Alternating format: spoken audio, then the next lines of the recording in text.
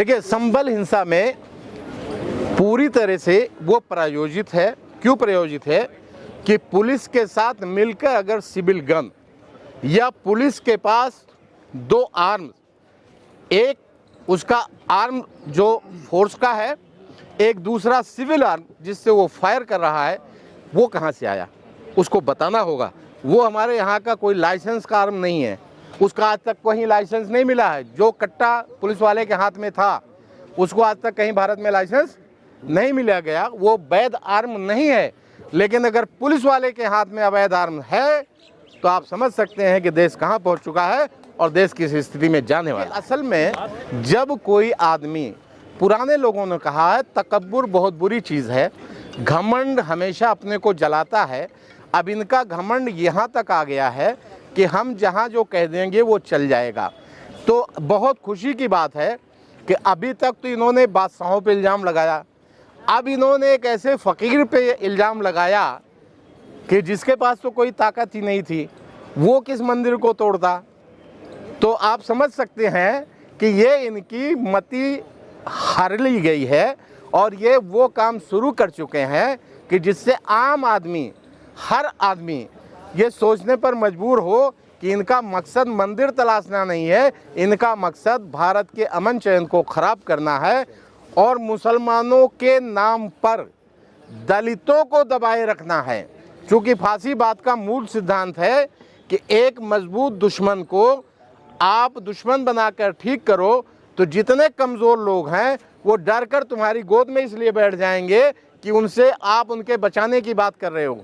ये खेल यहाँ चल रहा है, लेकिन भारत का मुसलमान इस चीज़ को समझ चुका है और अब हम उस चीज़ को, हमारी भी कुछ कमियां रही हैं, हमने इस्लाम को सही नहीं पढ़ा, हमने जो लिटरेचर हमें हिंदी में मिला, हमने मोहम्मद साहब को भी, हमें बहुत थोड़ा पढ़ने को भी मौका मिला।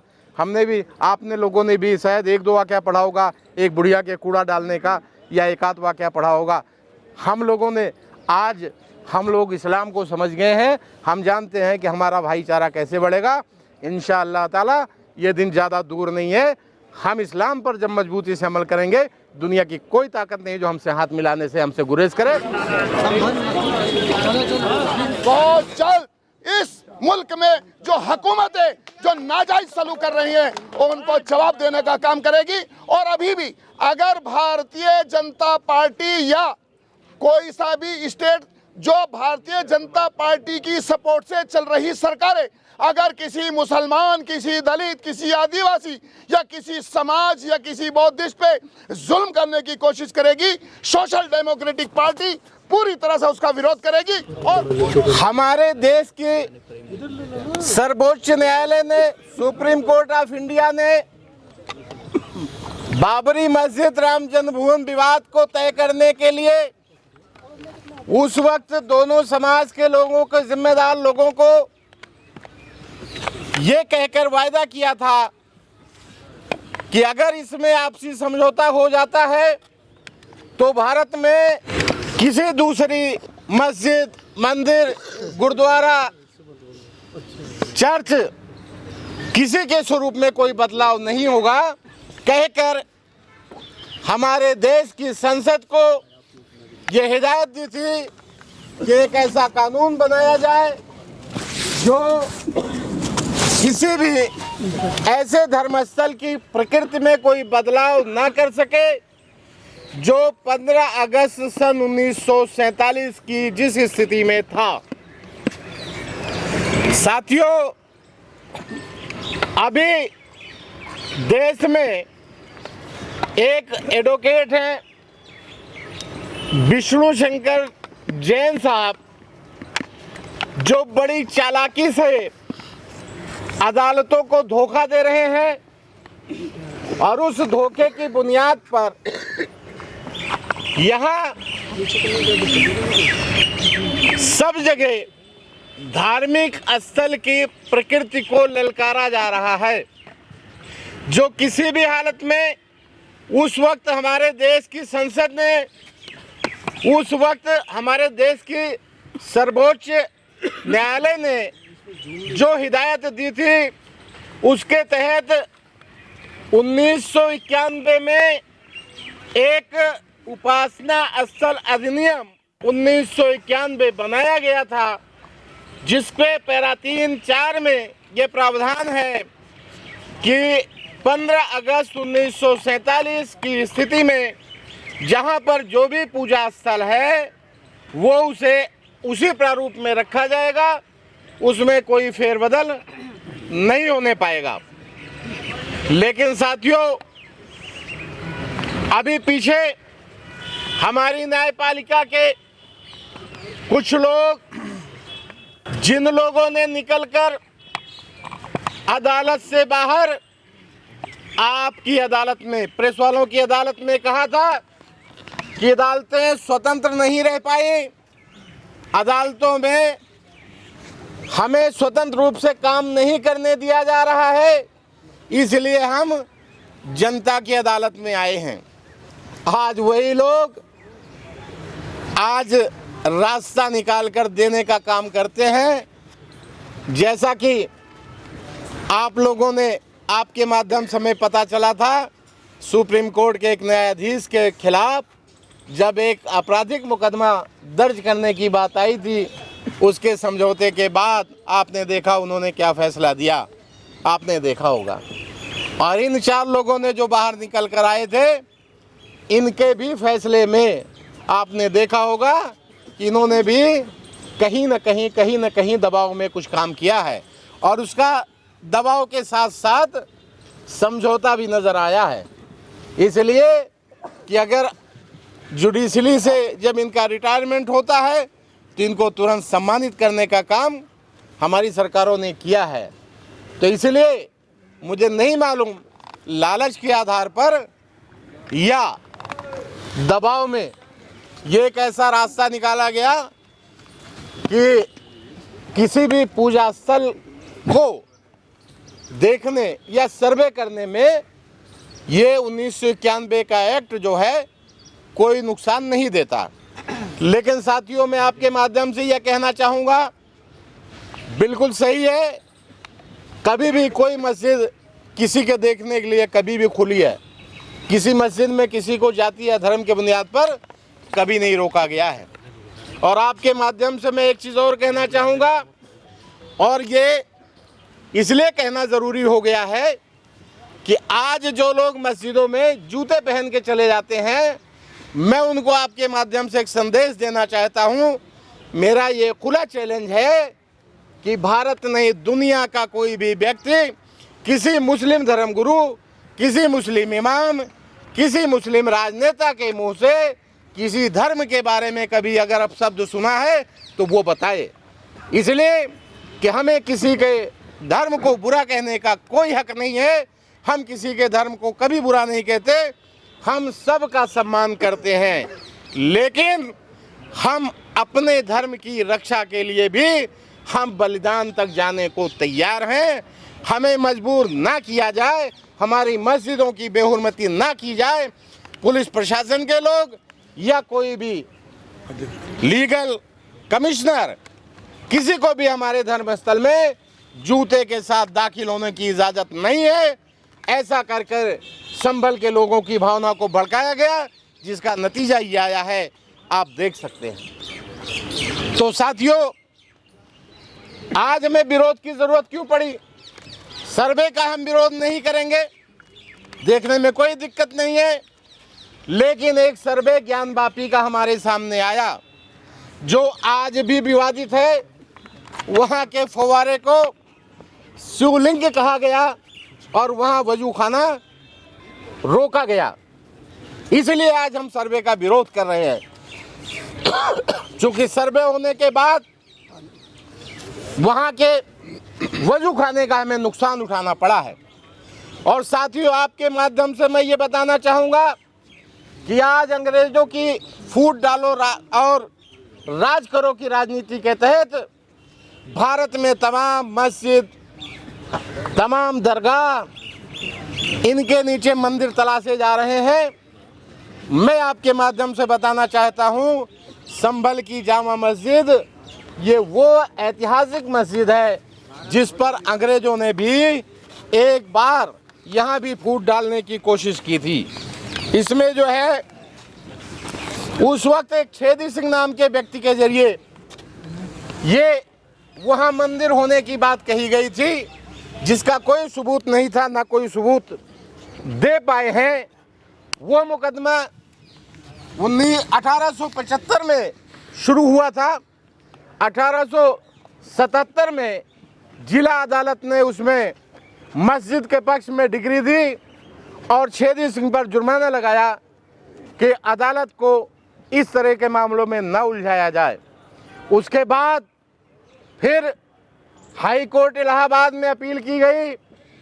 अपील करने के बाद इलाहाबाद हाई कोर्ट ने इस मामले को सुनने से इनकार कर दिया कि मस्जिद के स्वरूप में कहीं भी कोई ऐसा प्रमाण नहीं मिला है कि यहाँ किसी धर्म स्थल का होना पाया जाए।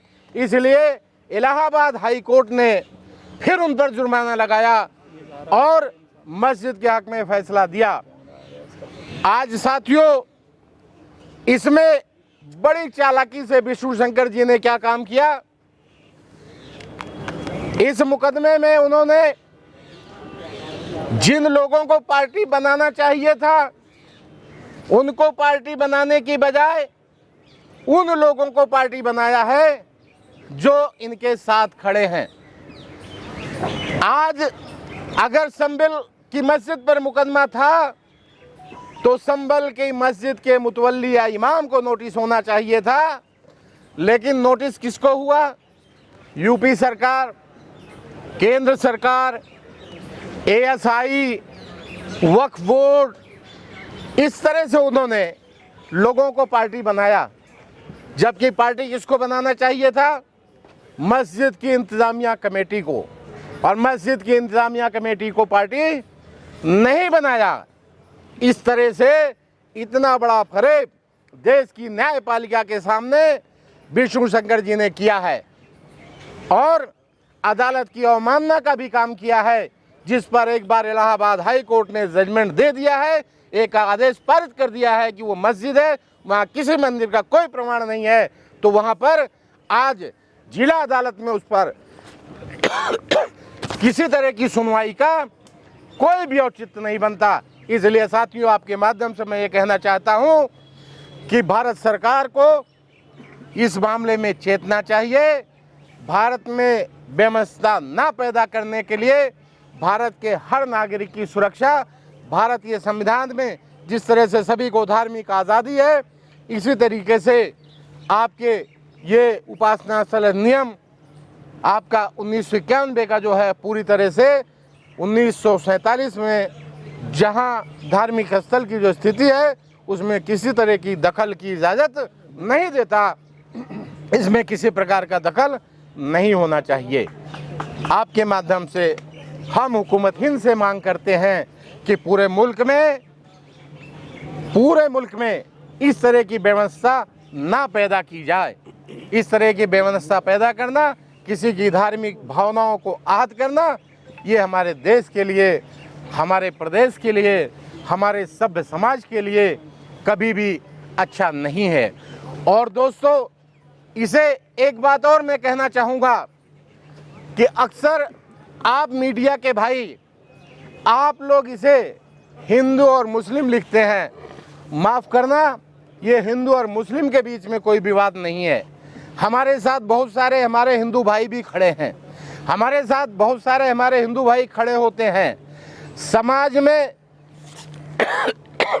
बहुत सारे हिंदू भाई हैं जिनका कहना है कि भाई हमें मस्जिद में मंदिर तलाशने की ज़रूरत नहीं है, हमारे पास बहुत सारे उपासना स्थल हैं, हमें किसी नए की आवश्यकता नहीं है। और ऐसे ही तमाम दूसरे धर्म के लोग, ये चंद शरारती लोग हैं, ये दहशतगर्द हैं, ये आतंकवादी हैं। और आपको कहना पड़ेगा, मैं आज याद करूंगा हेमंत करकरे जी को, जो इस देश के लिए ईमानदारी से काम करते हुए शहीद हुए। उन्होंने इसका खुलासा किया था। और आज वही आतंकवादी समूह मस्जिद में नारे लगाते हुए, लोगों की भावना भड़काते हुए जूते पहन के दाखिल होता है। तो मैं आपसे, आपके माध्यम से हुकूमत तक ये बात पहुंचाना चाहता हूं कि वहाँ पुलिस प्रशासन के लोग मौजूद थे, कोर्ट कमिश्नर को वहाँ जाने की परमिशन थी, लेकिन उनके साथ जो गुंडा तत्व गया, जो नारा लगाने वाला समूह था, उसकी अनुमति किसने दी? किसकी अनुमति से वो लोग वहाँ तक गए? उन्हें नहीं जाने देना चाहिए था। अगर उनको रोका गया होता तो जब वहाँ मस्जिद में पहली बार सर्वे हुआ कोई आपत्ति नहीं हुई, तो मैं समझता हूँ दूसरी बार भी वहाँ कोई आपत्ति नहीं होती। और अगर आपत्ति नहीं होती तो वहाँ गोली चलने की नौबत नहीं आती। एक सवाल ले सकते हैं सर? एक मिनट, मेरी बात पूरी हो रही है, आप सवाल लीजिएगा। वहाँ पर अभी पुलिस प्रशासन के द्वारा ये कहा जाता है कि वहाँ ऐसे शस्त्रों का इस्तेमाल किया गया है जो पुलिस के पास है ही नहीं। लेकिन साथियों, मैं धन्यवाद कहूँगा आप जैसे ईमानदार पत्रकार जो लोग हैं, उन्होंने वहाँ की वीडियोग्राफी में जो दिखाया है कि एक सिविल राइफल, सिविल आदमी जो पुलिस के बीच में खड़ा होकर गोली चला रहा था, पुलिस ने उनके हाथ से राइफल लेकर अपने हाथ से गोली चलाई है। मैं समझता हूं कि उस पुलिस वाले की जांच होनी चाहिए। वो राइफल किसकी थी, कहां से आई, उसकी जांच अपने आप हो जाएगी और वो राज खुल जाएगा कि वहां हथियार कैसे पहुंचा, हथियार चलाने वाले लोगों ने उसका इस्तेमाल कैसे किया। और साथियों, मैं मुल्क की हुकूमत को ये कहना चाहूँगा कि ये आंख बंद करके मुसलमानों पर जुल्म रोको।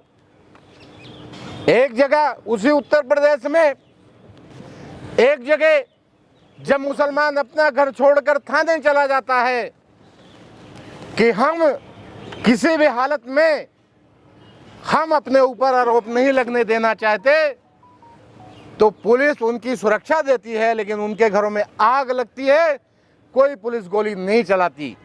और एक तरफ मुसलमान जब मस्जिद की बेहुरमती के लिए खड़ा होता है तो वहाँ पुलिस गोली चलाकर 5 नौजवानों को मार देती है। ये जो दोहरा रवैया है, इसकी हम घोर निंदा करते हैं। हमारे देश का संविधान सबको बराबरी देता है, तो शासन सत्ता में बैठे लोगों को चाहिए कि वो भारत के संविधान की शपथ लेकर हुकूमत में आए हैं, उन्हें संविधान का पूरी तरह पालन करना चाहिए और न्याय हमेशा एकसा रखना चाहिए।